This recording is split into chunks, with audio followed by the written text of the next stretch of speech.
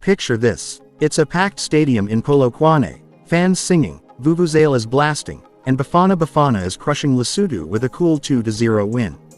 South Africa is buzzing. The dream of heading to the 2026 FIFA World Cup is alive and real. But hold up. Fast forward a few days, and suddenly, the win is under threat, the celebration has gone flat, and people are looking around like, who dropped the ball? Our last member will be the Honorable Trollop. Yeah, at least we are awake. Honorable Trollop, following by Honorable Nkosi, and then we'll give a slot for Honorable questions for Honorable Sali that has been asked, and some of the questions is going through through the system. With all due respect, I was respecting every single member to get an opportunity. Some of these members got answers already. My phone is blowing up with requests for responses because these matters. We will create that opportunity, Honorable Sali. Thank you. I think Honorable Khabwe has utilized the space to say this is how we do it and this is how members has chosen to do. But I'm going to give an opportunity that they respond to you. Honorable Trollop. Thank you, Chair. Thanks for letting me ask a question in this committee. I'm not a member, but I am a member of Parliament. And I sincerely hope that some of the evasiveness will be dealt with through Promotion to Access of Information Act. And that the committee... Trollop, can you please speak closer to the mic? I sincerely hope that some of the evasiveness will be dealt with through the Promotion of Access to Information Act. I listened to the CFO lamenting earlier on about their ability or inability to attract sponsors. And I would venture that that reflects on the performance or the image or the profligacy of SAFA. So I want to ask a question that was partly answered about Teboho Mokoena. He received 2 yellow cards in previous games and was fielded in the game against Lesotho. He should not have been fielded. We didn't have to wait for FIFA or CAF to give that information. The management responsible should have ensured that he wasn't on the field, because it could have cost us crucial qualification for the World Cup. When SAFA was alerted by FIFA and CAF that the penalty could gift Lesotho the 3 hard-earned points, but Lesotho failed to lodge their complaint within the time frame. Either it was fate or miscalculation. But I've read a lot about this, and that's what brought me to this committee. I've heard former Bafana players say that heads must roll. They've called it schoolboy error without accountability, and it tells the world we're running a Mickey Mouse organization whilst trying to qualify for the World Cup, quote unquote.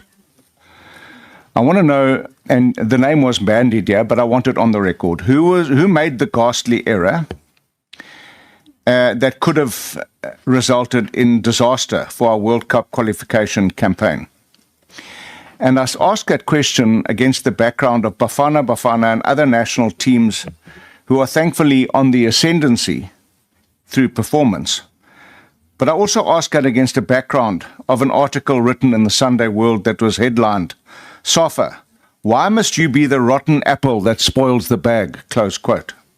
I also want to reference an article on Independent Online where they name the responsible official, but they go on to say, but with SAFA being so poorly run at the moment, who can blame him? My question then is, who is the official? How much is he paid? And we don't have to hide that. How much is he paid on a monthly basis to do his job, to count how many yellow cards there are? And what happened to him for not doing his job? Thank you, Chairperson. Thank you. SAFA, can you respond to that question? Could I just indicate again that matter is under investigation. It will be dealt with. And names have been bandied about. But when FIFA makes that decision, then only the investigation will be completed. The investigation is incomplete at the moment. What systems, in terms of what the Honourable Member has asked, does SAFA have in place to prevent this? I mean, there's dashboards, there's modern analytical stuff. I mean, you can even check a player's progress on computer. Don't you think that's a serious offence? I think the problem here was that FIFA, CAF, and the match commissioner were not informed of the yellow cards. And when you get to a match commissioner's meeting, that's when you are alerted to this. Even SAFA was not alerted to it officially, of Mokoena's 2 yellow cards. It came up after the game against Lesotho. So I don't want to say too much about it because, people will feel that they are prejudiced about their own rights concerning this game. It's a very serious matter. From the legal committee's point of view, I've engaged the CEO on this matter because there are queries like Mr. Trollop has. Lots of queries that come to me as an individual. It has to be answered. Yeah, Honorable Trollop, I'm going to give you a follow-up if you would like to. You still have much more time left. Yes, please, Chair. Once again, I hear reference to FIFA. This has got nothing to do with FIFA or CAF. There is the responsibility of a prescribed official within SAFA to count how many yellow cards there are, to prevent a player going onto the field and compromising a crucial outcome. We don't need FIFA, we don't need anything. Have any steps been taken against that individual? And I read an article that said that the individual was paid something like over 100,000 rand a month to count yellow cards. And he didn't count the yellow cards and potentially jeopardized our qualification for the World Cup. What accountability steps were taken with this official? Or is it just do as you please in this organization? SAFA?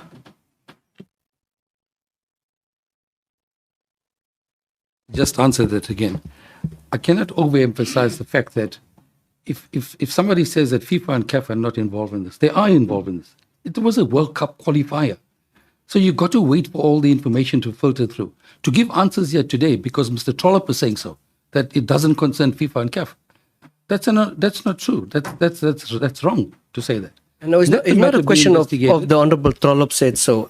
From a layman's point of view, here we have, there they play, there was negligence, complete negligence. I think what the crux of Honorable Trollop is here, there are cases where you could say, sit back home until investigation.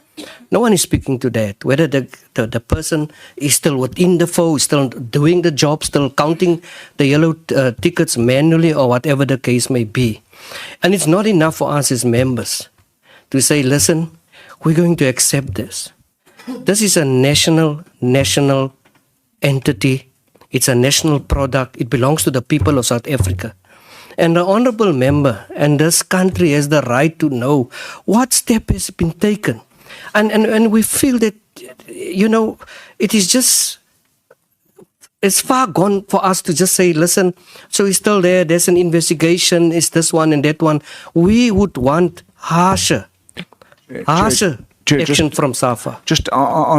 Can I assist you? Imagine if Lesotho had met the time frame and had complained, and the rules of FIFA kicked in, and all the efforts of those players to get themselves into a winning qualifying position went down the drain because a SAFA official didn't do their job.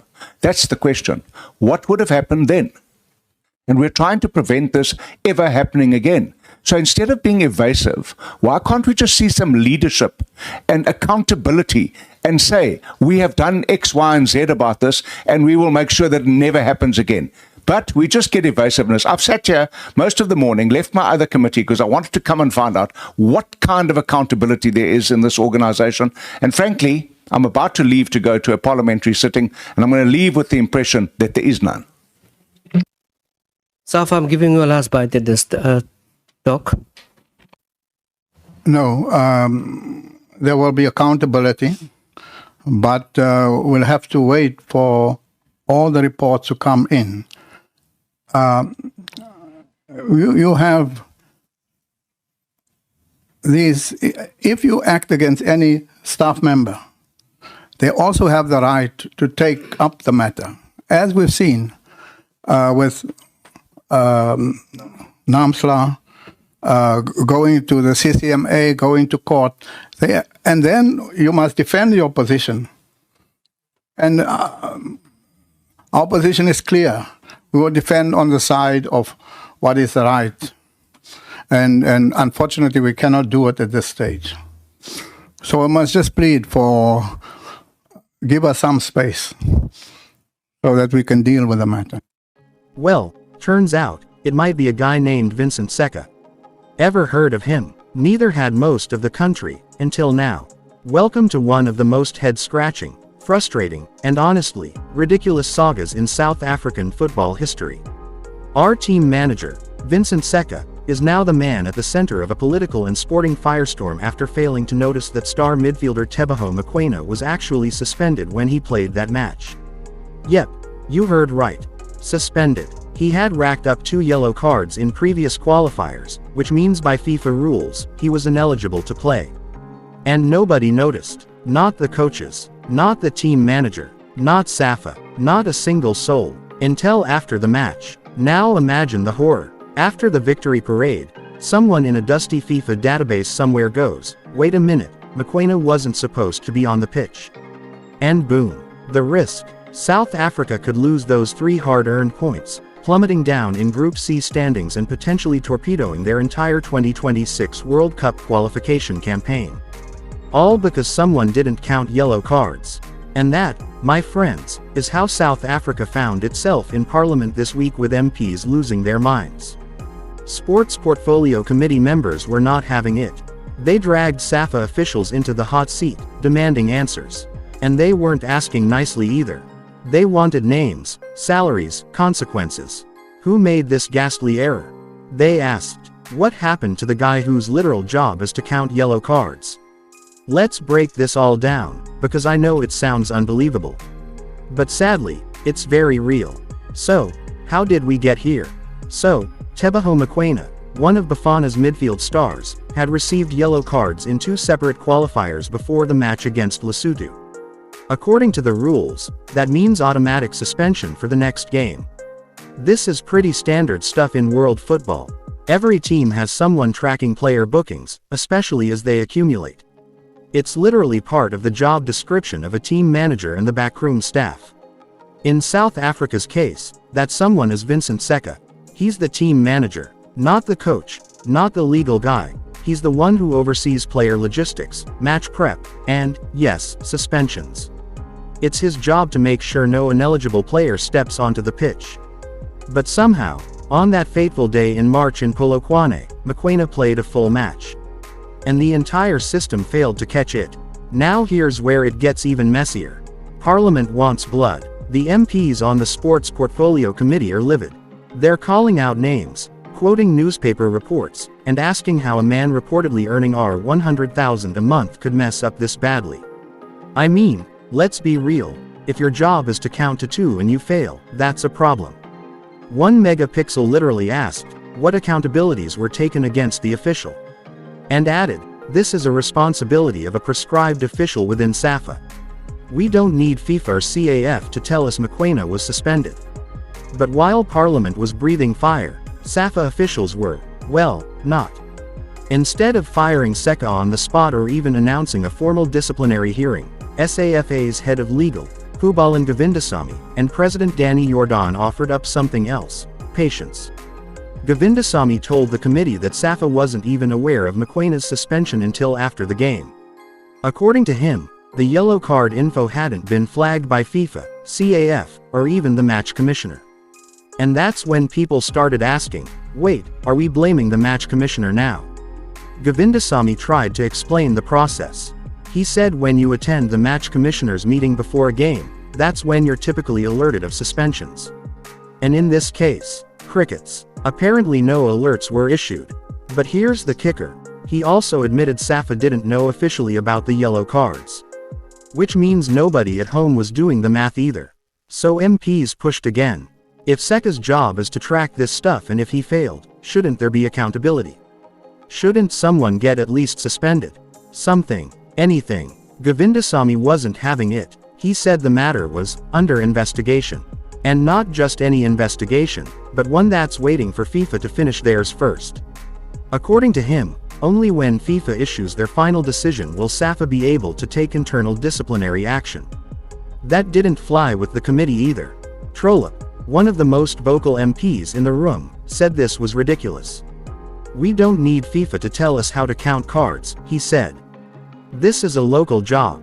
Why are we outsourcing blame? He makes a fair point. Whether or not FIFA issues a penalty, And let's be honest, they probably will. SAFA still needs to figure out how a system this basic broke down. This is not about some obscure rule. It's about counting to 2. 1 yellow card, 2 yellow cards, no play. Simple. Now, let's pause for a second. Because some folks out there are wondering, is this just political grandstanding? Is Parliament just looking for a scapegoat? Maybe.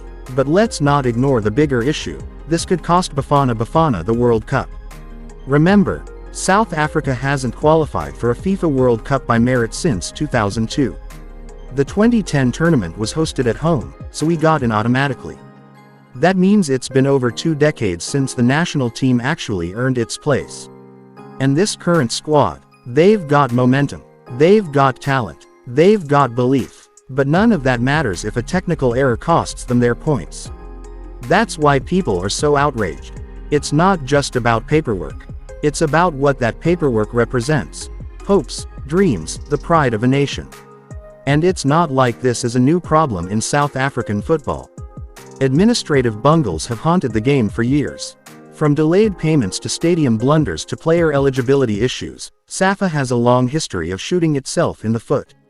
And yet, the leadership remains unchanged. The culture of accountability seems, well, non-existent. Now back to Vincent Tseka. Should he lose his job? That's the million-rand question. SAFA says wait for FIFA. Parliament says act now. Public opinion. Let's just say Twitter has been less than kind. Memes are flying. Some are calling it yellow card gate. Others are asking if the R100K salary includes free counting lessons. But jokes aside, this is serious.